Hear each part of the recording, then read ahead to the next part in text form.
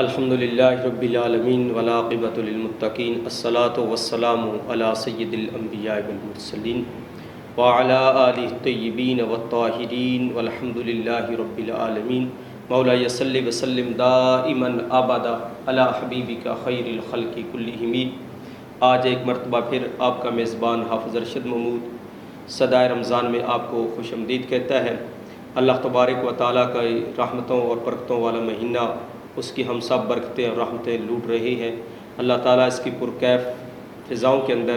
اس پرکیف لمحات کے اندر اللہ تبارک و تعالیٰ ہم سب پر اپنا کرم، اپنا فضل، اپنی رحمت، اپنا احسان شامل حال فرمائے۔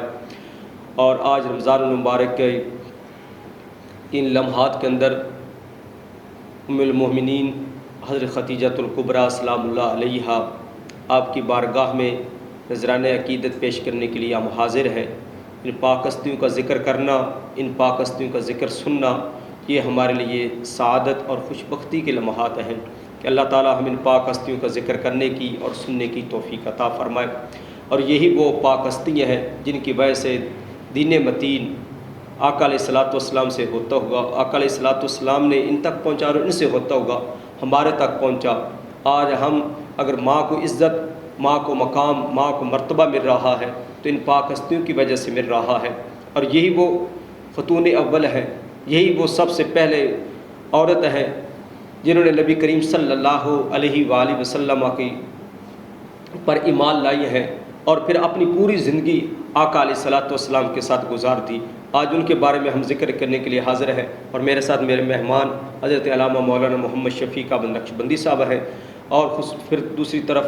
میں انتظامیہ سٹی 55 ان کا بھی مشکور ہوں کہ انہوں نے رمضان المبارک کی مقدس گھڑیوں کے اندر یہ دین متین کے جو اشاعت اور پھیلانے کا اور پیغام حق جو ہے وہ لوگوں تک پہنچانے کا سلسلہ شروع کیا ہے۔ اللہ تعالیٰ ان کی کاوشوں کو اپنی بارگاہ کے اندر قبول فرمائے۔ اللہ تعالیٰ ملک پاکستان کی حفاظت فرمائے، اور ان ناظرین کرام، سامعین کرام، اللہ تعالیٰ سب پر اپنا کرم، اپنا فضل، اپنی رحمت، اپنا احسان شامل حال فرمائے۔ تو ہم گفتگو کا سلسلہ شروع کرتے ہیں۔ میرے کریم آقا علیہ الصلوۃ والسلام نے ابھی تک اعلان نبوت نہیں فرمایا۔ اس سے پہلے جو عرب کے معاشرے کے حالات، جو صورتحال تھی، اس کے مطابق پھر وہ وقت تھا کہ جب آقا علیہ الصلوۃ والسلام جوانی کی دہلیز پر قدم رکھ رہے تھے، تو ایک مکہ کے اندر یہ وہ عورت تھی جو سرمایہ دار تھی، اور ان کو ایک ایسے شخص کی، ایک ایسی ذات کی ضرورت تھی جو ان کے تجارتی سامان کو جو ہے وہ دوسرے ملکوں تک لے جائے۔ اور آپ کی جو نگاہ پڑی انتخاب کے لیے، وہ کس پر پڑی؟ وہ کسی عام ہستی پر نہیں پڑی، وہ پڑی ہے تو مدینے کے تاجدار امام الانبیاء تیرے اور میرے آقا علیہ الصلوۃ والسلام پر پڑی۔ اور پھر آقا علیہ الصلوۃ والسلام نے جو تجارت کی ہے، یہ بھی ہمیں ایک نمونہ ہمارے سامنے رکھ دیا کہ لوگوں، جب انسان سچی نیت سے، سچے ارادے سے اور صحیح طور پر تجارت کرتا ہے، اللہ تبارک و تعالیٰ پھر رزق کے اندر وسعتیں اور برکتیں عطا فرما دیتا ہے۔ پھر جو سارے مشاہدات، سارے جو چیزیں ان کو نظر آئیں، جا کر غلام نے آ کر خدیجۃ الکبریٰ سلام اللہ علیہ کی بارگاہ میں جب یہ سارے ماجرے پیش کیے، تو اس کے بعد جو ہے یہ شادی اور نکاح کے سارے نظام بعد میں بنے ہیں۔ تو آج اس ضمن کے اندر ہم گفتگو کریں گے، تو میں علامہ صاحب کی طرف آتا ہوں۔ علامہ صاحب اس کے بارے میں فرمائیں کہ حضرت خدیجۃ الکبریٰ سلام اللہ علیہ آپ کی جو شروع والی زندگی ہے وہ کیسی زندگی تھی؟ وہ آقا علیہ الصلوۃ والسلام کی خدمت میں بعد میں پیش حاضر ہوئی ہے، بعد میں نکاح ہوا ہے، لیکن اس سے پہلے کی جو زندگی ہے اس کے بارے میں آپ ناظرین کرام کو جو ہے کچھ وضاحت فرمائیں۔ بسم اللہ الرحمن الرحیم۔ اللہم صلی علی سیدنا وعلی آل سیدنا ونبینا ومولانا محمد وبارک وسلم وصلی علیہ۔ الصلاۃ والسلام علیک یا سیدی یا رسول اللہ وعلی آلک واصحابک یا سیدی یا حبیب اللہ۔ سٹی 55 کے توسط سے ناظرین آپ کی خدمت میں ایک خوبصورت اور اعلیٰ عنوان کے ساتھ ہم حاضر ہیں۔ اللہ تعالیٰ چینل کی انتظامیہ اور ان کے ورکر کو اللہ برکتیں عطا فرمائے، جن کی محنت اور کاوش سے یہ سارا سلسلہ آپ تک پہنچ رہا ہے۔ آج کائنات کی ایک عظیم ہستی جس کے ذکر خیر کے لیے ہم جمع ہیں، بلا شبہ یہ اتنی عظیم ہستی ہیں کہ جن کا ذکر خیر بھی اللہ ذکر کرنے والوں کو عظیم بنا دیتا ہے۔ سیدہ طیبہ طاہرہ سیدہ خدیجۃ الکبریٰ سلام اللہ علیہا ہمارے نبی کریم صلی اللہ علیہ وآلہ وسلم کی پہلی بیوی ہیں، رفیقہ حیات ہیں، پہلی محبوبہ ہیں، محسنہ اسلام ہیں، محسنہ کائنات ہیں۔ آپ نے سوال کیا اوائل زندگی کے حوالے سے۔ آپ کی اوائل زندگی بھی بڑی خوبصورت ہے، بڑی اعلیٰ ہے۔ نبی پاک علیہ السلام کی بارگاہ میں آنے سے پہلے، آپ کے حریم ناز میں داخل ہونے سے پہلے بھی آپ ایک اعلیٰ زندگی اور اعلیٰ اوصاف کی حامل تھی اور مشہور بھی تھی۔ آپ کا جو سلسلہ نسب ہے وہ چوتھے درجے میں جا کے نبی پاک علیہ السلام سے مل جاتا ہے۔ آپ کے جو جد ہیں اور نبی پاک کے جو جد ہیں، حضرت قصی پہ جا کے آباء و اجداد کا سلسلہ چوتھی درجے میں مل جاتا ہے، سیدہ خدیجۃ الکبریٰ کا بھی اور نبی رحمت جان کائنات علی نبینا الکریم کا بھی۔ حضرت سیدہ خدیجۃ الکبریٰ کے والد بہت سرمایہ دار آدمی تھے، اللہ نے بہت مال اور عزت سے نوازا ہوا تھا اور بہت وسیع کاروبار کے حامل تھے۔ تو جب ان کا وصال ہو گیا تو یہ ساری ذمہ داری سیدہ خدیجۃ الکبریٰ کے کندھوں پر آن پڑی۔ آپ نے اس ذمہ داری کو سنبھالا اور بڑے آسان طریقے سے اس کو لے کر چلی، اور شب و روز کی جہد مسلسل سے کاروبار کو وسعت بھی عطا ہوئی۔ آپ نے زمانہ جاہلیت میں بھی اپنے عصمت اور عفت کی اس طرح حفاظت کی کہ عرب جو برائی کا معاشرہ تھا، شرک کا معاشرہ تھا، نجاست کا معاشرہ تھا، ہر طرف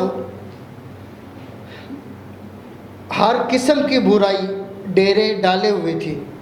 لیکن اس برائی اور نجاست کے ماحول میں بھی اللہ نے ایسی پاکیزگی آپ کو عطا فرمائی ہوئی تھی کہ آپ طاہرہ کے لقب سے جانی جاتی۔ سبحان اللہ۔ اور قدرت نے کیسا اہتمام حضرت صاحب دیکھیں فرمایا ہے کہ انہوں نے حریم نبوت میں آنا تھا اور ادھر ہمارے آقا امام الانبیاء جان کائنات رحمت عالم حضرت محمد مصطفیٰ صلی اللہ علیہ وسلم کی ذات گرامی کا بھی دیکھیں کہ بچپن سے لے کے اور یہ جوانی اور آخر عمر تک یہ کفر کا زمانہ ہے، لیکن اللہ نے اہتمام دیکھے کیسا فرمایا کہ عرب والے اس چیز کا معترف تھے، اعتراف کرتے تھے، قائل تھے، اقرار کرتے تھے کہ رحمت عالم صلی اللہ علیہ وسلم کو وہ صادق اور امین کے لقب سے پکارا کرتے تھے۔ اللہ نے ان دو ہستیوں کا ملاپ کرانا تھا، تو دونوں کی شخصیات کو اللہ نے زمانہ جاہلیت میں بھی، کفر کے معاشرے میں اور شرک کے معاشرے میں بھی ان لوگوں سے ان کی شخصیات کا پہلے ہی اعتراف کروا لیا تھا۔ آپ طاہرہ، پاکیزہ اور اعلیٰ شخصیت، اعلیٰ اخلاق کے حامل صفات سے آپ کا اعتراف کیا جاتا تھا، ادھر نبی پاک علیہ السلام کا بھی اقرار کیا جاتا تھا۔ تو ان کی شخصیات کو بھی اللہ تعالیٰ نے محفوظ رکھا، سیدہ کی شخصیت کو بھی محفوظ رکھا اور اعتراف کیا جاتا رہا۔ عرب کی سب سے مالدار خاتون ہونے کا اعزاز بھی آپ کو حاصل تھا، دنیا کے ممالک تک آپ کا کارواں جاتا تھا، مال لے کے جاتے تھے۔ تو نبی پاک علیہ السلام سے بھی ان کی شناسائی تھی، تذکرہ سنا ہوا تھا حضور کی ایمانت کا، صداقت کا، اور آپ کے اعلیٰ اخلاق کا، صفات عالیہ کا تذکرہ سیدہ خدیجہ الکبریٰ کے کانوں تک پہنچ چکا تھا۔ یہ شہرہ حضور کی شخصیت کا آپ تک پہنچ چکا تھا، اور آپ کے دل کے اندر جب یہ تذکرہ پہنچا تھا، اسی وقت سے آپ کے دل کے اندر نبی پاک کی ذات کی محبت پیدا ہو چکی تھی۔ وہ عشق وہ انگڑائی لے چکا تھا، وہ معجزن ہو چکا تھا۔ اور پھر وہ وقت، وہ لمحات اللہ لے آیا کہ جب ان کی ملاقات اللہ نے کرائی۔ پہلے تو وہ شنیدہ یعنی کہ تعارف تھا،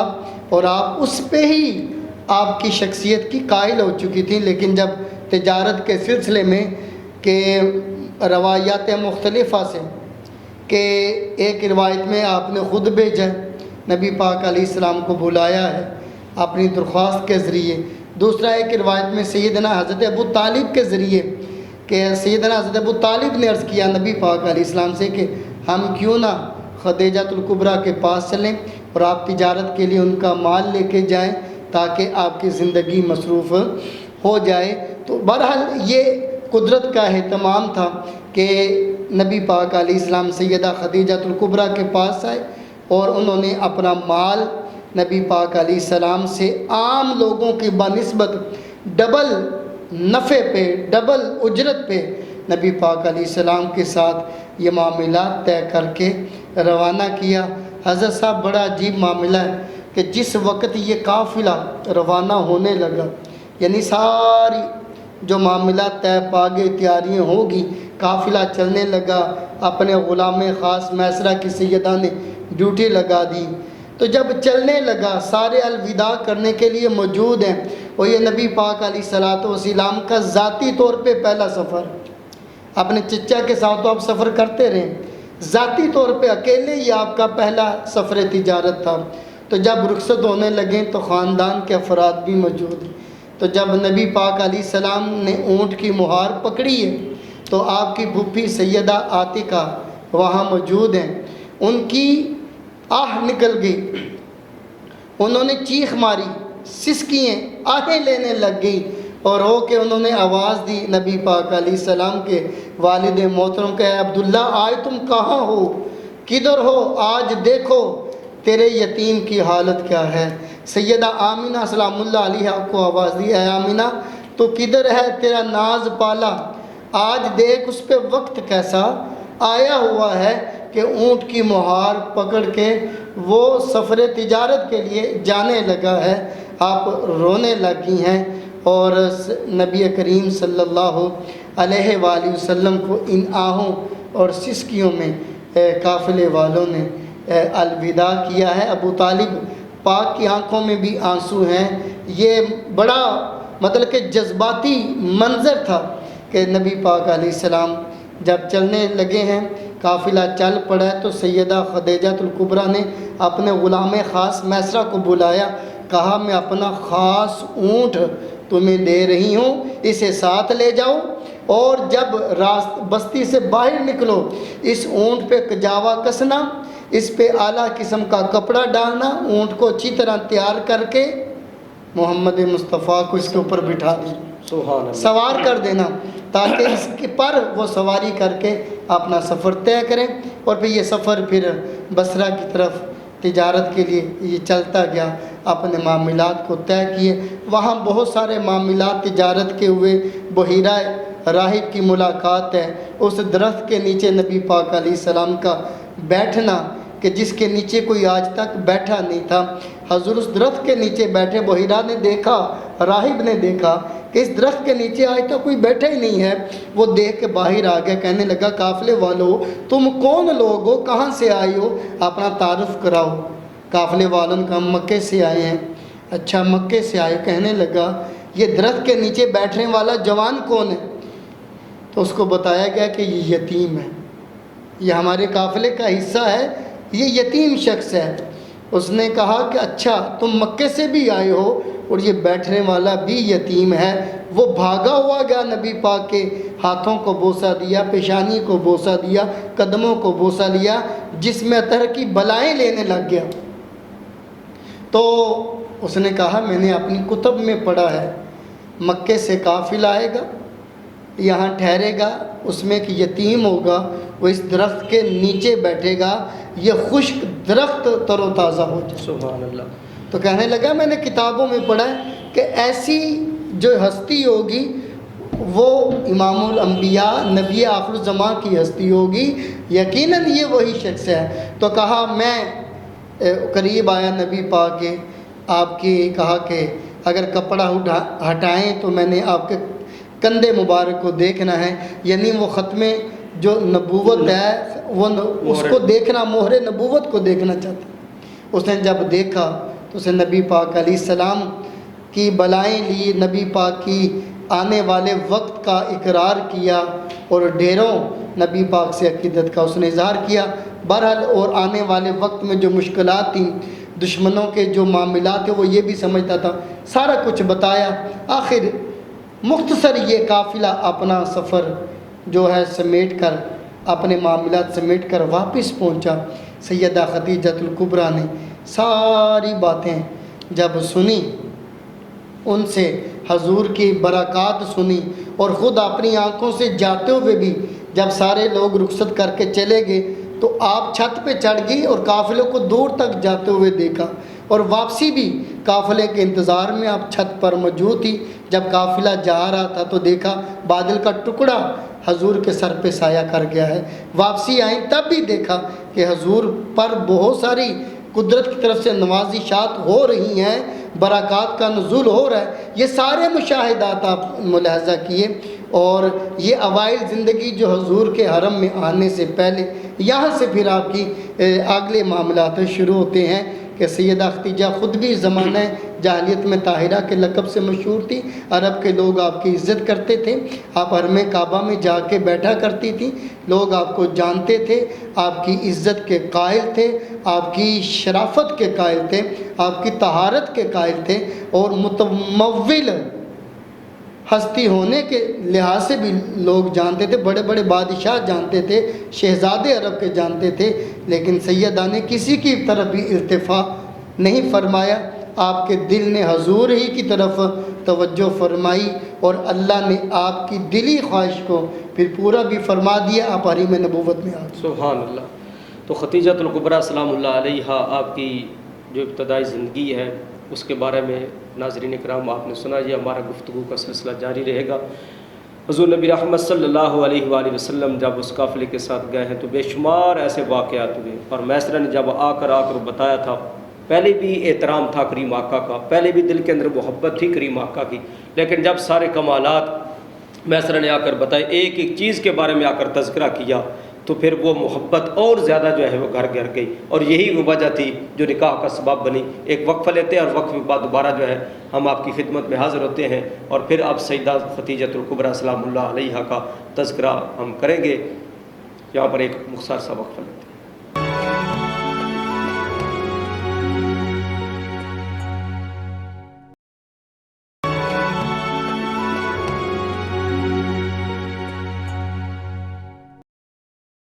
ناظرین اکرام، وقفے کے بعد دوبارہ میں آپ کو پروگرام صدائے رمضان میں خوش آمدید کہتا ہوں،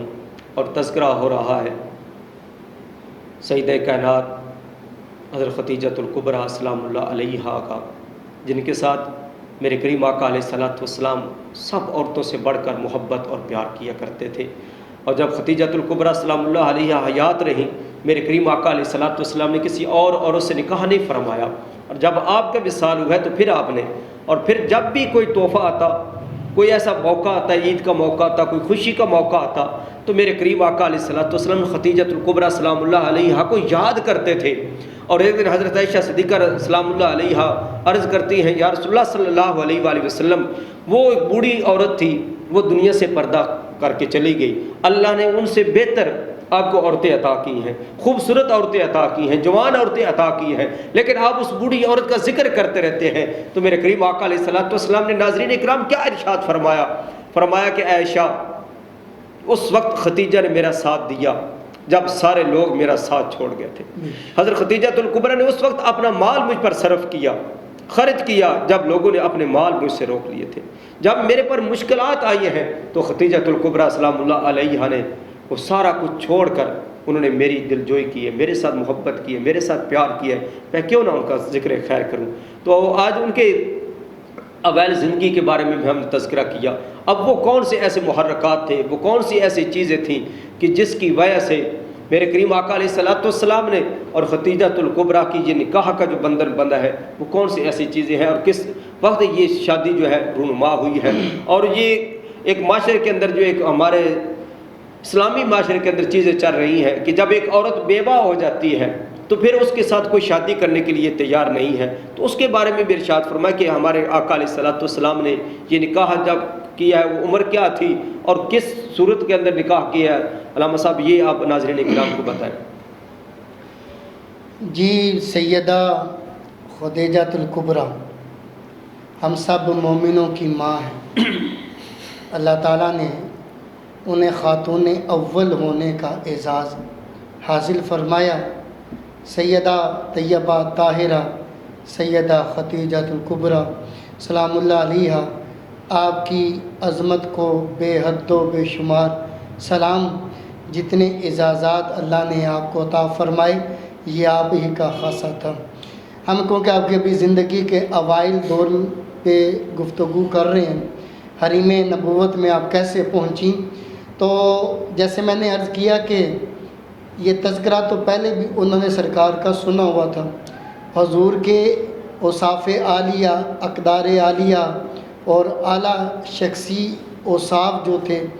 ان کو سن کے آپ کے دل میں سرکار نبی پاک علیہ السلام کی محبت بیدار ہو چکی تھی. آپ حضور سے عقیدت کا تعلق پہلے ہی جوڑ چکی تھی. پھر پریکٹیکلی یہ قافلے کا والا جو معاملہ آپ نے دیکھا اس میں بے شمار مشاہدات سے آپ نے جو حاصل کیا تو اس بنا پر بھی آپ نے، اور اس طرح ایک اور چیز بھی بیان کی جاتی کتب میں کہ آپ ایک خواب بھی دیکھا کرتی تھی کہ آسمان سے ایک نور آپ کے سینے میں داخل ہوا ہے. تو اس طرح کی خواب بھی مقدس جو نا خواب بھی آپ دیکھا کرتی تھی. تو نبی پاک علیہ السلام کی محبت اور آپ کے خواب سمجھ لیں یہ آپ پہلے ہی دیکھا کرتی تھی. یہ خدائی اہتمام تھا کہ آپ کے دل میں نبی پاک علیہ السلام کی محبت پہلے ہی پیدا کروا دی گئی تھی. تو جب یہ قافلہ واپس آیا تجارت کا تو آپ نے اپنی سہیلی نفیسہ اور کی ڈیوٹی لگائی. ایک روایت میں اپنی بہن کے ذریعے بھی آپ نے پیغام بھیجا نبی پاک علیہ السلام کی بارگاہ میں کہ میں آپ سے شادی کرنا چاہتی ہوں. یہ پیغام بھیجا یا سیدہ نفیسہ نے جا کے نبی پاک علیہ السلام سے عرض کیا کہ آپ شادی نہیں کرنا چاہتے، آپ شادی کر لیں. تو اس طرح نبی پاک علیہ السلام تک یعنی کہ احسن انداز میں پیغام پہنچا دیا گیا. تو نبی پاک علیہ السلام نے فرمایا کیونکہ میری کفالت میرے عظیم چچا سیدنا ابو طالب پاک نے کی ہے تو میں ان کے بغیر اپنا کوئی مطلب کہ فیصلہ نہیں لے سکتا. یہاں رک کے میں یہ بات کروں گا ان لوگوں کے لیے کہ جو اپنے والدین کی رضا کے بغیر یہ اقدام اٹھا لیتے ہیں. شرعی مسئلے کو ابھی میں سائڈ پہ رکھ کے حضور کی زندگی سے یہ دیکھیں معاملہ کہ اپنے والدین کی رضا کے ساتھ اگر آپ اپنی شادی کا یہ فیصلہ لیں تو اس میں اللہ تعالیٰ آپ کو بہت ساری برکات عطا فرمائے گا. رسول پاک علیہ السلام نے فرمایا کہ میں جواب دے سکتا ہوں لیکن میں اپنے عظیم چچا جنہوں نے میری پرورش کی ہے، جنہوں نے میری کفالت کی ہے، میں ان کا دل نہیں دکھانا چاہتا. میں ان کے بغیر اپنی اس زندگی کے اس موڑ کا، اس عظیم فیصلے کو میں خود نہیں لے سکتا. میں ان کی رائے اور مشورے سے یہ فیصلہ. صاحب میں یہاں تھوڑی سی آپ کی بات کاٹ رہا ہوں کہ جو ماں باپ جنہوں نے پالا ہے، جنہوں نے جوان کیا ہے، ان کی بھی خواہشات ہیں، ان کی بھی آرزو ہے کہ ہم نے اپنی اولاد کو پالا ہے، جوان کیا ہے اور ہم ان کی اپنی مرضی سے ان کی شادیاں کریں، ان کے بیاہ کریں. اور یاد رکھیں ناظرین اکرام، کوئی بھی ماں باپ وہ خود جس درجے میں پہنچے ہوئے ہیں، ان کی کیا کیفیت ہے، لیکن وہ اپنی اولاد کے لیے کوئی بھی غلط فیصلہ نہیں کرتے۔ ہر ماں کی یہ خواہش ہوتی ہے، ہر باپ کی یہ آرزو ہوتی ہے کہ میں اپنے بیٹے کی شادی کروں یا بیٹی کی شادی کروں تو اس کے لیے اچھا سے اچھا رشتہ کیا کروں، تلاش کروں۔ حضرت صاحب یہ بھی دیکھنا جس وقت والدین کے ذریعے جو رشتہ ہوا ہو، جس وہ ساری تقریبات منعقد ہوتی ہیں، جو محبتیں، جو پیار، جو اعزازات اس میں ملتا ہے، وہ آپ کو ذاتی طور پر فیصلہ لینے میں وہ چیزیں سے انسان محروم رہ جاتا ہے۔ ماں کی محبتیں ہیں، باپ کی شفقتیں ہیں، بہنوں کا پیار ہے، بھائیوں کی چاہت ہے، خاندان والوں کے ناز انداز، نخرے، پیار، محبت، اتنا کچھ بندہ سمیٹ رہا ہوتا ہے، لیکن ذاتی فیصلوں میں انسان اکثر ان چیزوں سے محروم رہ جاتا ہے۔ اور نبی پاک علیہ السلام کی زندگی کے اس لمحات میں، ان لمحوں میں دیکھیں حضور کا فیصلہ ہمارے لیے کتنی بڑی ہمیں سبق دے رہا ہے، کتنی ہماری رہنمائی کر رہا ہے۔ بہرحال حضور نے فرمایا آپ اپنے چچا کے بغیر یہ فیصلہ نہیں لے سکتا۔ اپنے چچا کی بارگاہ میں پیغام پہنچا دیا گیا۔ اور ایک روایت میں کہ سیدہ خدیجہ الکبریٰ نے جب یہ بات سنی تو آپ نے سیدنا ابو طالب کو اپنے پاس بلا لیا۔ تو جب آئے تو کہا آپ میرے بھائی سے مل لیں اور معذرت آپ میرے بھائی سے مل لیں اور میرا نکاح محمد مصطفیٰ کے ساتھ کر دیں۔ تو سیدنا حضرت ابو طالب ان کے بھائی سے ملے، انہوں نے اقرار کر لیا۔ مطلب روایات مختلفہ کے لحاظ سے یہ کچھ باتیں جو میں اس طرح بیان کر رہا ہوں، بہرحال رشتہ طے پا گیا، اقرار ہو گیا، اور اب شادی کا جب معاملہ بنا، یہاں اقرار ہو گیا، یعنی رشتہ منظور ہو گیا، پسند کر لیا گیا۔ اب اگلا وقت تھا کہ شادی نکاح کا جو وقت طے پا گیا۔ اب دیکھیں بہت سارے خوبصورت معاملات۔ نبی پاک کی پہلی شادی ہے، حضور کی عمر 25 سال ہے، حضور کی عمر 25 سال ہے اس اور ام المومنین سیدہ خدیجہ الکبریٰ 40 سال کی عمر میں ہیں، اور کتب میں جو لکھا ہے کہ وہ بیوہ تھی۔ جو کتب سیرت میں لکھا ہے کہ 2 جگہ پر سے بیوہ تھی، ان کے جو شوہر تھے دونوں دنیا سے پردہ فرما گئے تھے، تو یہ کتب سیرت میں لکھا ہوا۔ بہرحال جب حضور کے ساتھ نکاح کے اب وقت طے پا گیا، مقررہ، اب اس کی تیاریاں شروع ہو گئی ہیں۔ نبی پاک کے بچپن کے یار، آپ کے دوست، رفیق غار جناب سیدنا حضرت ابوبکر صدیق شادی کی تیاریوں میں مصروف ہو گئے ہیں۔ سیدنا ابوبکر صدیق رضی اللہ تعالیٰ نے سرکار نبی پاک کی شادی کے لیے کچھ جوڑے سلوائے، کیونکہ دوست تھے، یاروں کی خوشیوں میں شریک ہوتے ہیں، تو یہ تو شروع سے ہوتا چلا رہا۔ ابوبکر صدیق رضی اللہ تعالیٰ نے بڑی چاہت کا اظہار کیا، جوڑے سلوائے نبی پاک کے لیے کہ آپ ان جوڑوں کو پہنیں۔ لیکن بڑا عجیب معاملہ ہو گیا۔ حضرت صاحب دیکھیں کہ ادھر سے سیدنا ابوبکر صدیق پاک نے جوڑے سلا کے نبی پاک کی بارگاہ میں پیش کر دی، سرکار آپ نے شادی پہ یہ جوڑے پہنے۔ ادھر سے دیکھیں اہتمام یہ ہوا کہ سیدہ خدیجہ الکبریٰ نے بھی ایک قیمتی جوڑا سلوا کر نبی پاک کی خدمت میں بھیج دیا کہ جس دن آپ دلہا بن کے میرے گھر میں آئیں تو آپ نے یہ جوڑا پہن کے آنا ہے۔ تو اب ایک طرف بچپن کے دوست کے جوڑے ہیں، ایک طرف ہونے والی رفیقہ حیات کا بھیجا ہوا خوبصورت قیمتی تحفہ ہے، اور لیکن نگاہ نبوت تو دور تک دیکھ رہی تھی نا، ابھی اعلان نبوت نہیں ہوا، لیکن حضور تو آدم علیہ السلام ابھی خمیر میں تھے، تو حضور تو اس وقت بھی نبی تھے، تو آپ دیکھ رہے تھے۔ تو آپ نے کیا کیا کہ کہا ابوبکر کی محبت کو بھی لاکھوں سلام، لیکن حضور نے اپنی ہونے والی رفیقہ حیات کا قیمتی جوڑا زیب تن فرمایا، اور بارات کو لے کے جس دن چلے نکاح کے لیے، ادھر سیدہ خدیجہ الکبریٰ نے بڑا اہتمام کیا۔ آپ عرب کی مالدار خاتون تھی، اور اس اعزاز کے شکرانے پر، یہ جو اعزاز آپ کو ملنے جا رہا ہے شکرانے کے طور پہ، آپ نے دیکھے کتنا بڑا اہتمام کیا کہ سیرت نگاروں نے بعض نے یہ لکھا ہے کہ آپ نے ریڈ کارپٹ استقبال نبی پاک کے لیے اہتمام کیا، اور آپ کے جتنے غلام تھے ان کو آزاد کیا حضور سے نکاح کی خوشی میں، ان کو ڈھیروں موتی قیمتی دے کے سرکار کی راہ میں استقبال کے لیے کھڑا کر دیا۔ جیسے ہمارے ہاں بچیاں پھول پھینکتی ہیں، پارا پھینکتی ہیں۔ سیدہ نے قیمتی موتی دے کے اپنے غلاموں کو پلیٹوں میں دے کے کھڑا کر دیا کہ جب حضور آئیں ان کے قدموں پہ یہ سب کچھ نچھاور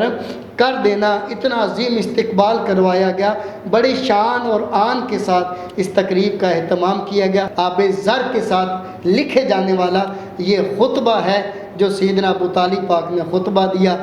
اللہ تعالیٰ کی حمد و ثنا توحید کو بیان کیا اور نبی پاک علیہ السلام کی سیرت کو بیان کیا، حضور کی عظمت کو بیان کیا۔ کہا یہ میرا بیٹا اگرچہ اس کے پاس مال نہیں ہے لیکن آنے والا وقت دیکھے گا اس کی عظمت کو، اس کی شان کو، اس کی شوکت کو۔ کہا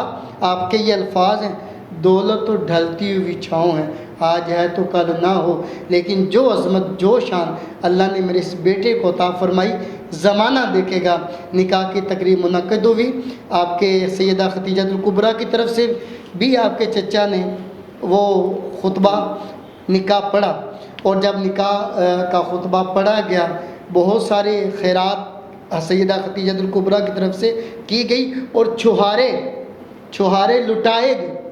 خوشی میں چھہارے لٹائے گئے اور اہل تقریب نے ان کو لوٹا، اور اس طرح بڑی محبت کے ساتھ یہ شادی کی تقریب سر انجام پائی۔ اور جب سیدہ رخصت ہو کے نبی پاک کے گھر میں آئی اور پہلی ملاقات میں سیدہ نے اپنا سارا مال نبی پاک کے قدموں میں نچھاور کر دیا کہ یہ میرا مال ہے، آپ اسے قبول فرما لیں، اور نبی پاک نے اس مال کو قبول فرمایا اور پھر اس کو اسلام کی تقویت کے لیے حضور نے سیدہ کا مال خرچ فرمایا۔ تو ناظرین اکرام، یہاں پر ایک مختصر سا وقفہ لیتے ہیں اور وقفے کے بعد گفتگو کا ہمارا سلسلہ جاری ہے، ہمارے ساتھ رہیے گا۔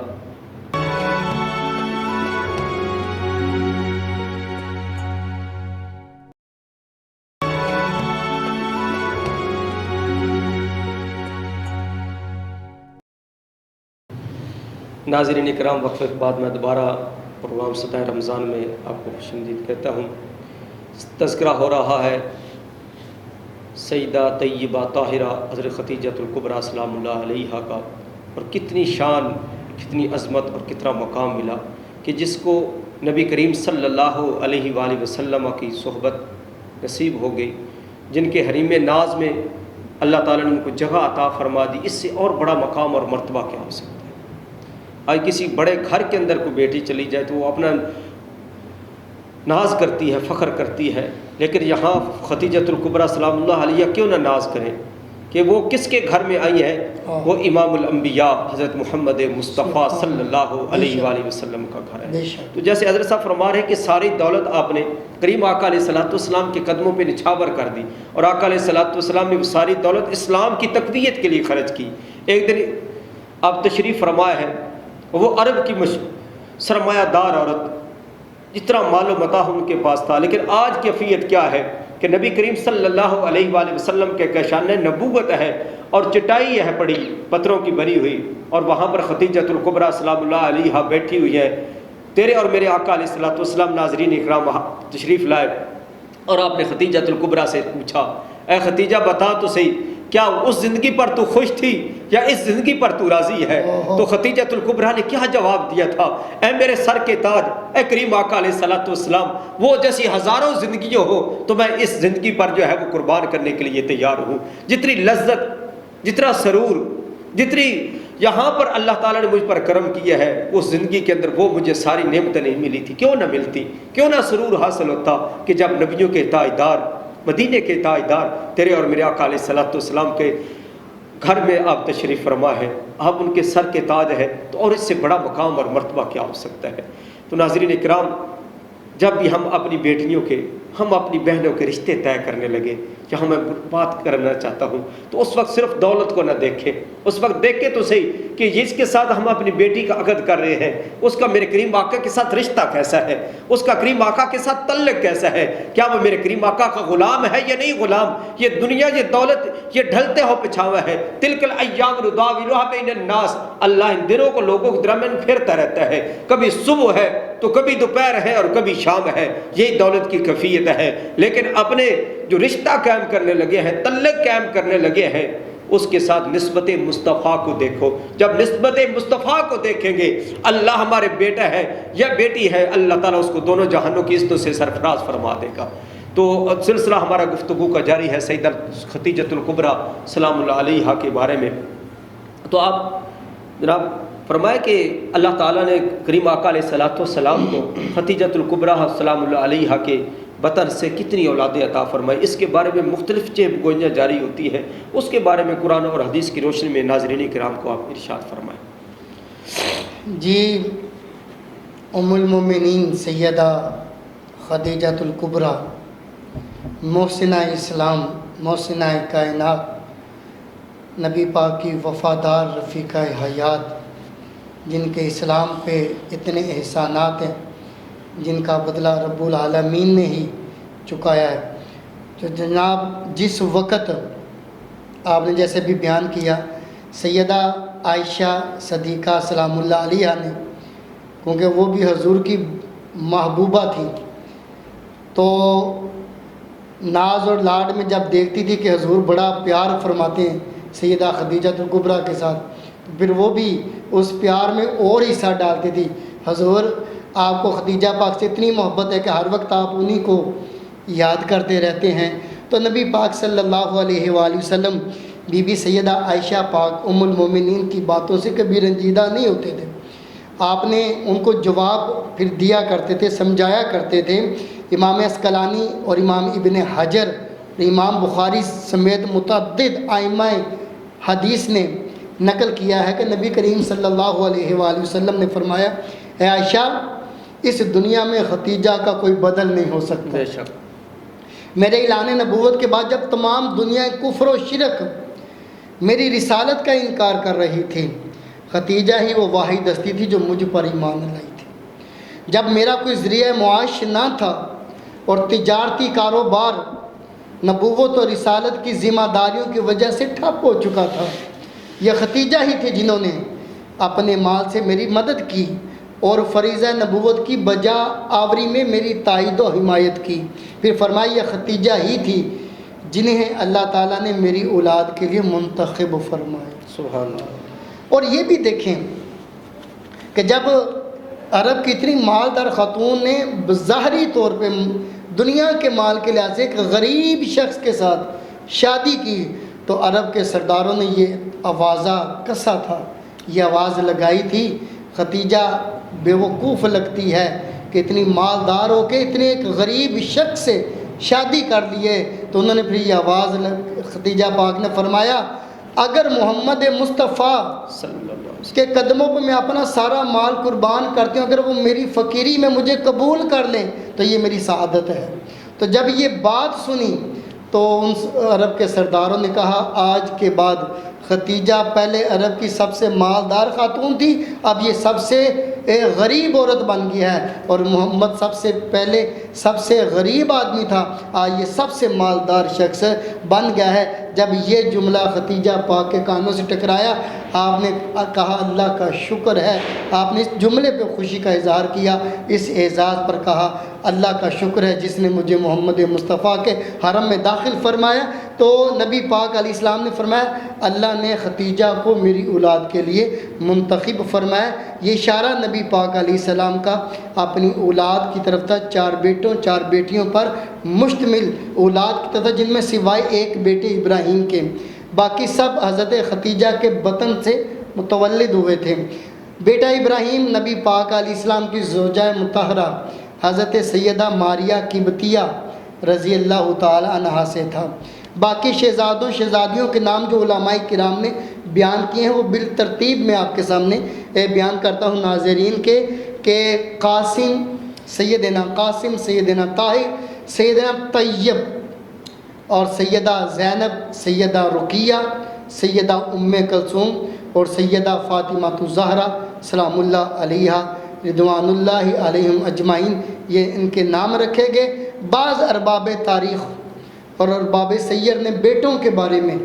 اختلاف کیا ہے. ان کا کہنا ہے کہ نبی کریم صلی اللہ علیہ وآلہ وسلم کے 4 نہیں 3 بیٹے تھے, طیب اور طاہر. دو کی بجائے ایک ہی صاحبزادے کا نام تھا۔ یہ اولاد نبی پاک علیہ السلام نے عطا فرمائی، اور نبی پاک علیہ السلام کو اللہ تعالیٰ نے سیدہ کے بطن سے یہ اولاد عطا فرمائی۔ اور اعزاز دیکھیں، خود خاتون اول ہے اور جنت کی بڑی اعلیٰ درجے کا آپ کو اللہ نے اعزاز عطا فرمایا ہے۔ اور یہ سیدہ خدیجۃ الکبریٰ کون ہے؟ جو سیدہ فاطمہ الزہرا کی والدہ ہے، خاتون جنت کی والدہ ہے، سیدہ طیبہ طاہرہ سیدہ فاطمہ الزہرا کی والدہ محترمہ ہے، جن سے اللہ تعالیٰ نے امت کو حسن و حسین جیسی دولت عطا فرمائی ہے۔ سیدہ زینب کبریٰ کی والدہ ہیں، تو جنہوں نے کربلا کے میدان میں قربانیاں دے کے اسلام آج ان کی قربانیوں کی وجہ سے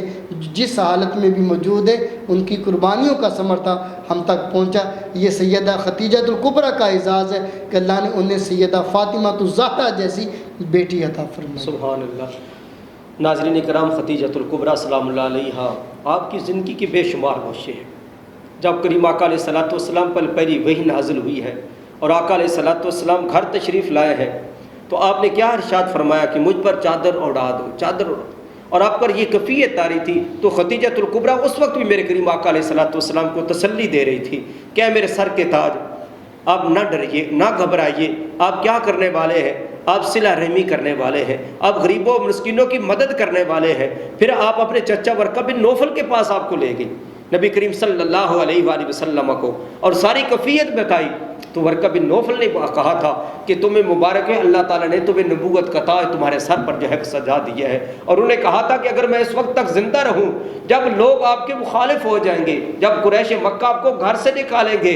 اللہ مجھے اس وقت تک زندگی دے تو میں آپ کی ضرور مدد کروں گا، میں آپ کے ساتھ کھڑا ہوں گا۔ یہ خدیجۃ الکبریٰ ہی تھی جنہوں نے ہر مشکل موقع پر میرے کریم آقا علیہ الصلوۃ والسلام کا ساتھ دیا۔ اور پھر جب آقا علیہ الصلوۃ والسلام نے اعلان نبوت فرمایا ہے، تو ان چار ہستیوں میں سے جو سب سے پہلے اسلام کو جن نے قبول کیا، ان میں سے اگر مردوں میں دیکھا جائے تو سب سے پہلے سیدنا صدیق اکبر رضی اللہ تعالیٰ عنہ کی ذات ہے، اگر بچوں میں دیکھا جائے تو سیدنا علی کرم اللہ وجہ الکریم کی ذات ہے، اگر عورتوں میں دیکھا جائے تو سیدہ خدیجۃ الکبریٰ سلام اللہ علیہا کی ذات ہے، جنہوں نے پہلے جو ہے کلمہ پڑھا اور آقا علیہ الصلوۃ والسلام پر ایمان لائی۔ تو یہ ایک ناظرین اکرام ہمارا گفتگو کا سلسلہ جو ہے وہ جاری رہے گا خدیجۃ الکبریٰ سلام اللہ علیہا کے بارے میں۔ یہاں مختصر سا وقفہ لیتے ہیں اور وقفے کے بعد دوبارہ آپ کی خدمت میں حاضر ہوتے ہیں۔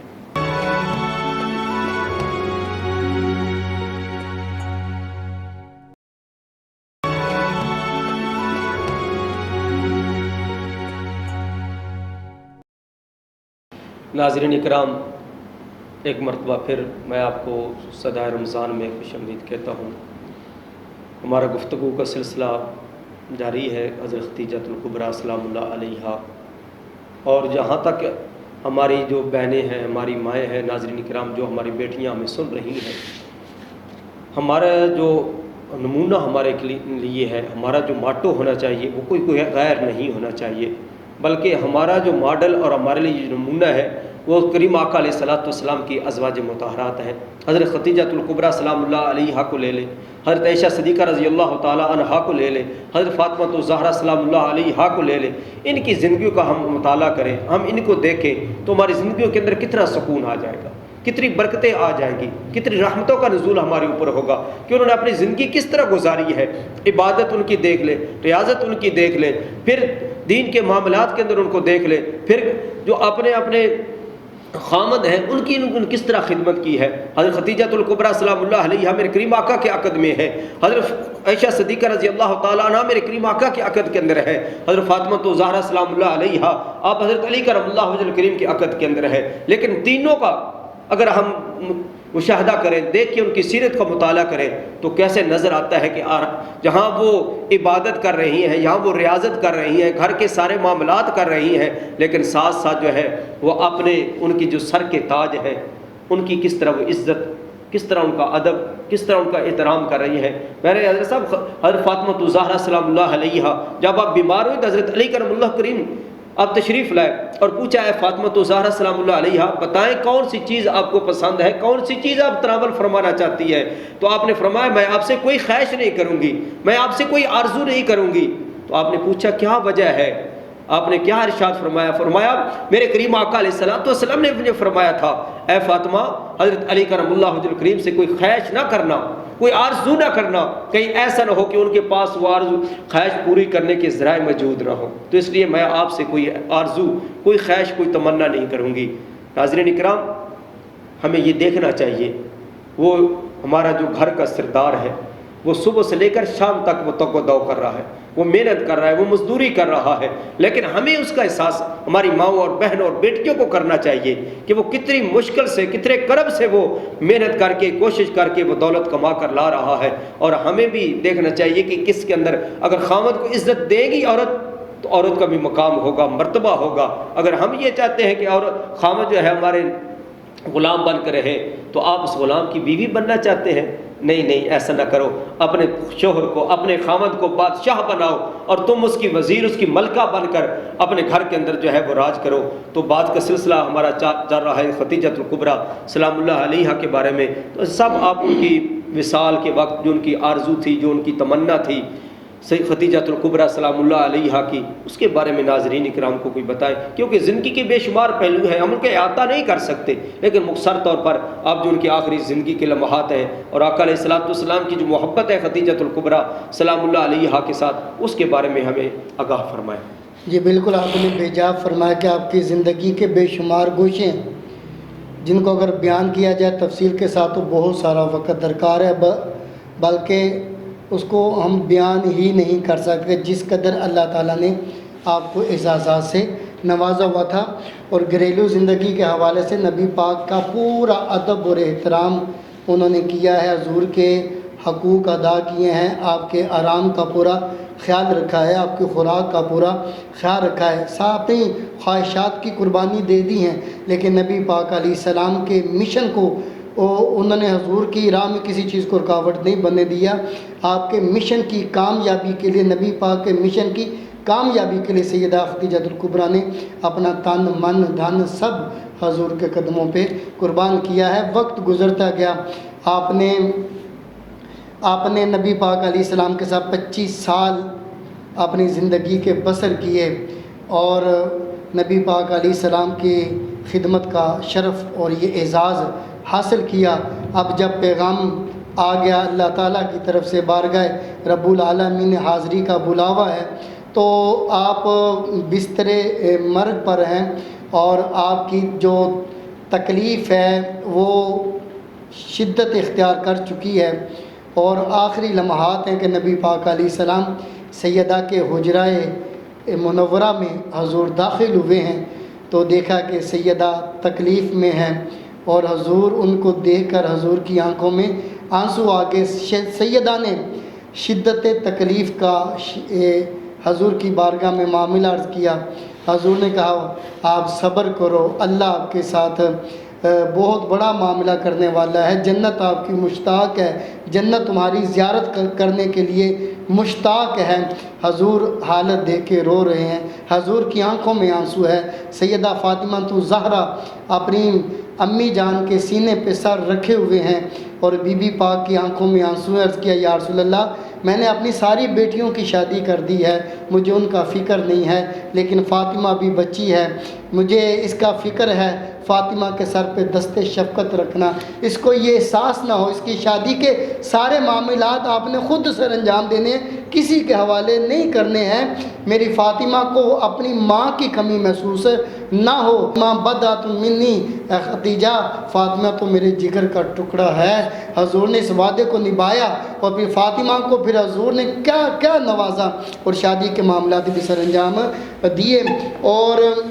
فرمایا سیدہ خدیجہ الکبریٰ نے یا رسول اللہ، میں موت کی وجہ سے نہیں رو رہی ہوں کیونکہ آپ کی آنکھوں میں آنسو تھے۔ فرمایا مجھے آپ سے جدائی کا اور آپ کے سایہ عاطفت سے محرومی کا جو یہ معاملہ جھیلنا پڑے گا، میں اس وجہ سے رو رہی ہوں کہ میں آپ کی صحبت سے اب محروم ہو رہی ہوں۔ وقت آخر کا حضور میری ایک گزارش ہے، آرزو ہے، اگر آپ مان لیں۔ فرمایا بولو۔ کہا میں آپ کے سامنے عرض کرنے کی ہمت نہیں رکھتی۔ تو نبی پاک نے کچھ دیر کے لیے تخلیہ فرمایا، وہاں سے اٹھے، آپ آگے بیت اللہ شریف کا طواف کیا، حجر اسود کو بوسہ دیا، اور دیگر معاملات بجا لائے، سیدہ خدیجہ کبریٰ نے اپنی بیٹی سیدہ فاطمہ الزہرا سے کہا بیٹا اپنے بابا سے میرے کفن کے لیے وہ چادر مانگ لو جو نزول وحی کے وقت ان کے اوپر ہوا کرتی تھی۔ تو جب نبی پاک علیہ السلام تشریف لائے تو بی بی پاک کا پیغام ملا تو آپ نے فوری چادر اتار کے دی سیدہ فاطمہ الزہرا کو، فرمایا بیٹا تیری ماں نے مانگا بھی تو کیا مانگا، محمد مصطفیٰ بخوشی آپ نے چادر دی اور آپ نے حضور نے رو کر پھر آپ بی بی پاک کے پاس گئے، فرمایا بی بی پاک نے یا رسول اللہ آپ کچھ دیر میرے سامنے بیٹھیں، میں آپ کا دیدار کر لوں، میں آپ سے رخصت ہو رہی جا رہی ہوں، میں نے زندگی آپ کے ساتھ بسر کی ہے، اب میں جا رہی ہوں، قیامت میں مجھے اپنے ساتھ رکھنا، اللہ کی بارگاہ میں میری شفاعت کیجئے گا، میری بخشش کی درخواست کیجئے گا، آپ کی خدمت میں نے پوری طرح کرنے کی کوشش کی ہے، اگر کوئی کمی کوتاہی رہ گئی ہے یا رسول اللہ مجھے معاف فرما دیجیے گا۔ حضور کی آنکھوں میں آنسو ہیں، حضور نے سارے وعدے وعید جو وعدے تھے ان کے ساتھ پورے کیے، اپنی چادر بھی عطا فرما دی۔ اب ایک روایت آتی ہے جو یہاں ہم بات پوری کرتے ہیں، روایت آتی ہے کہ اللہ تعالیٰ نے جبرائیل امین کو بھیجا کہ یا رسول اللہ آپ اپنی چادر واپس لے لیں، اللہ فرما رہا ہے کہ خدیجہ نے جب سب کچھ اپنا سب کچھ میرے لیے آپ کے قدموں پہ نچھاور کر دیا ہے، تو اب ہم خدیجہ کے لیے کفن بھی اپنی بارگاہ سے بھیجیں گے، جنت سے کفن ہم بھیجیں گے۔ علماء کرام نے لکھا ہے کہ اگر یہ روایت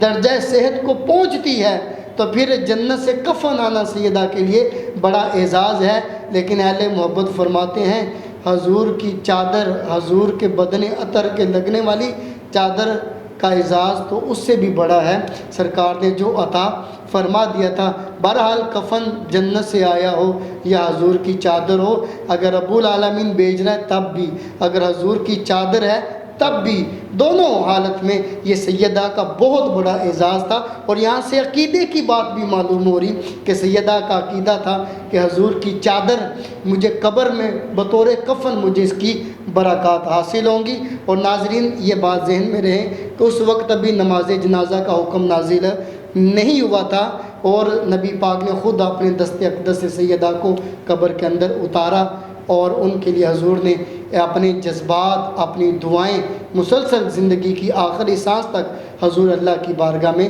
ان کے لیے دعا گو رہے۔ تو یہ ہماری ماں تھی، ہاں ہماری ماں ہے، تمام مومنوں کی ماں ہیں، تو اس لیے ہم سب کو ان کے حضور اپنی عقیدت کا اظہار کرنا چاہیے، ان کا ذکر خیر کرنا چاہیے، خود بھی ہماری ماؤں بہنوں کو اور اپنی بچیوں کو بھی امی جان کی سیرت کا مطالعہ کروانا چاہیے، کرنا چاہیے، ان کے اخلاق عالیہ سے اپنی زندگیوں کو سنوارنا چاہیے۔ اللہ تعالیٰ ان کے ذکر خیر سے ہماری بچیوں کو، ہماری ماؤں کو برکات سے مالا مال فرمائے۔ تو ناظرین کرام ہم ذکر کر رہے تھے خدیجہ الکبریٰ سلام اللہ علیہا کا، تو یاد رکھیں ناظرین کرام کوئی بھی کامیاب مرد ہے اس کے پیچھے ایک عورت کا ہاتھ ہے، وہ عورت ہی ہے جو گھر کو جنت نظیر بنا دیتی ہے۔ جب تک عورت کا ساتھ نہ ہو، مرد جتنا بھی طاقتور ہو، مرد جتنا بھی قوت والا ہو، وہ کچھ بھی نہیں کر سکتا۔ ناظرین کرام ہماری یہ سارا پروگرام کرنے کا مقصد اور مدعا بھی یہی ہے کہ ہم ان کی زندگیوں کا مطالعہ کریں، سیرت کا مطالعہ کریں، اور اپنی زندگیوں کو ان پاک ہستیوں کی سیرت کے اندر ڈھالنے کی کوشش کریں۔ جس راہ روی کے اوپر ہمارا معاشرے چل رہے ہیں، ہم جس طرح دین سے دور ہوتے چلے جا رہے ہیں، جس طرح ہماری جو لگن اور شوق ہے عبادت کا وہ ختم ہوتا چلا جا رہا ہے، وہ یہی وجہ ہے کہ ہم نے ان پاک ہستیوں کے مطالعے چھوڑ دیے، ہم نے ان کی سیرت کا مطالعہ کرنا چھوڑ دیا، ہم نے ان کو سے کچھ چیز حاصل کرنے کا موقع ضائع کر دیے، اور ہم نے غیروں کو جو ہے اپنا آئیڈیل، اپنا نمونہ بنا رہے ہیں۔ تو اس لیے تو ہمارے وہ جو نماز پڑھنے کے شوق تھا وہ ختم ہوتا چلا جا رہا ہے، قرآن کے تلاوت کا جو جذبہ تھا وہ ختم ہوتا چلا جا رہا ہے۔ یہ رمضان المبارک کی گھڑیاں چل رہی ہیں، آپ نے شروع دنوں کے اندر دیکھا کہ مسجدیں بھری ہوئی تھی، آہستہ آہستہ کیا ہو رہا ہے کہ ہماری مسجدیں خالی ہوتی چلی جا رہی ہیں۔ کیا رمضان کی رحمتیں ختم ہو گئی ہیں؟ کیا اس کی برکتیں ختم ہو گئی ہیں؟ کیا اس رب کی رحمتوں کا نزول ختم ہو گیا ہے؟ ناظرین کرام نہیں، اس کی رحمتوں کا نزول جاری ہے، لیکن ہم نے کیا کیا؟ ہم نے اپنے برتن الٹے کر کے رکھ دیے ہیں، ہم نے رب کی رحمتیں لوٹنا چھوڑ دی ہے، ہم نے دنیا کو جو ہے ترجیح دینا شروع کر دی ہے، ہم نے نماز، روزے، حج، زکوٰۃ کو پیچھے رکھ دیا ہے۔ ناظرین کرام ہم ہر روز یہی آپ کہتے رہتے ہیں کہ کم از کم اس ایک مہینہ ہے، اس ایک مہینے کے اندر اگر لگاتار ایک ماہ تک انسان صحیح طور پر پریکٹس کرے نماز پڑھنے کی، قرآن پڑھنے کی، روزہ رکھے، تو ایک ماہ کے بعد یہ انشاءاللہ سلسلہ ہمیشہ ہمیشہ کے لیے جاری ہو جائے گا۔ لیکن شرط یہ ہے کہ ہم محبت کے ساتھ، پیار کے ساتھ، ہمارے دل کے اندر ایک آرزو پیدا ہو، ہمارے دل تڑپے،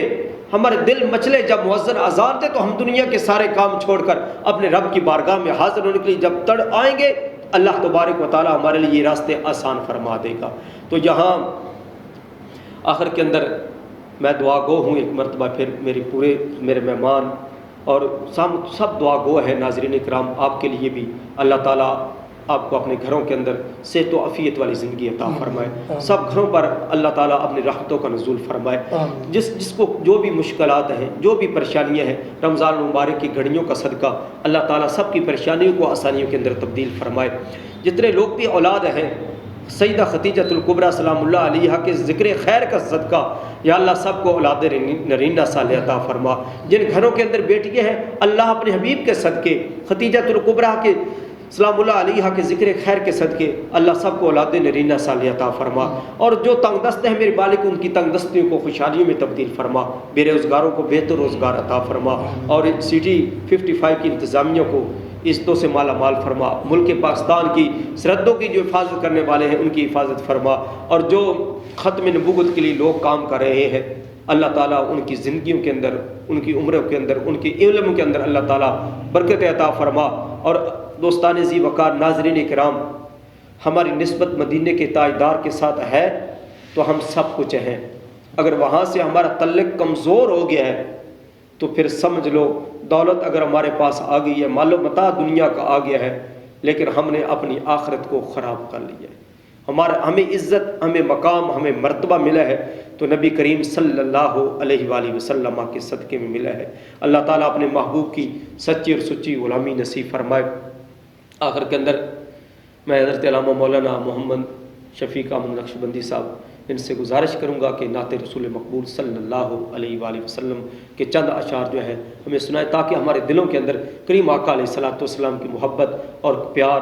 وہ بڑھ جائے۔ اور یہی ہماری متاع ہے دنیا کے اندر۔ ہمارے پاس اور کچھ بھی نہیں ہے، ہمارے پاس اور کچھ بھی ناظرین کرام نہیں ہے، ہمیں ایک سہارا ہے، ہمارے پاس ایک آسرا ہے، تو نبی کریم صلی اللہ علیہ وآلہ وسلم کی ذات کا آسرا ہے، کہ جس کے صدقے میں اللہ تعالیٰ ہمیں دنیا کے اندر بھی عزتیں دے رہا ہے، قبر کی منزل بھی آسان فرمائے گا، اور کل قیامت کے دن کریم آقا علیہ الصلوۃ والسلام کے صدقے اللہ تعالیٰ ہم سب کی بخشش فرمائے گا۔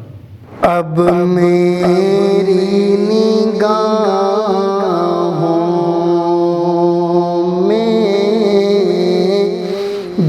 جچتا نہیں کوئی، اب میری نگاہوں میں جچتا نہیں کوئی،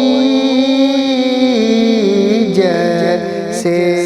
میری سرکار ہے ایسا نہیں کوئی، اب میری نگاہوں میں، اب میری نگاہوں میں جچتا نہیں کوئی، اب میری نگاہوں میں جچتا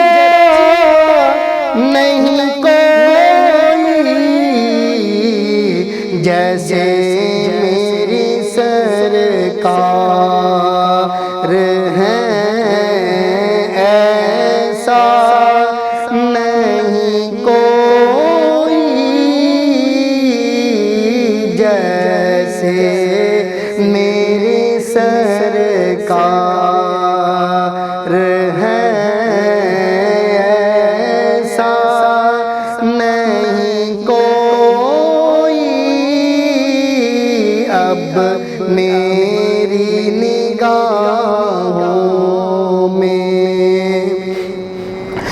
اور تم سا تو ہنسی آنکھ نے دیکھا نہیں کوئی، تم سا تو ہنسی آنکھ نے دیکھا نہیں کوئی، یہ شان لطافت ہے کہ سایہ نہیں کوئی، یہ شان لطافت ہے کہ سایہ نہیں کوئی، اب میری نگاہوں میں اے ظرف نظر دیکھ، مگر دیکھے ادب سے، اے ظرف نظر دیکھ، مگر دیکھے ادب سے، سرکار کا جلوہ ہے تماشا نہیں کوئی، سرکار کا جلوہ ہے تماشا نہیں کوئی، اب میری نگاہوں میں جچتا نہیں کوئی، جیسے میری سرکار ہے ایسا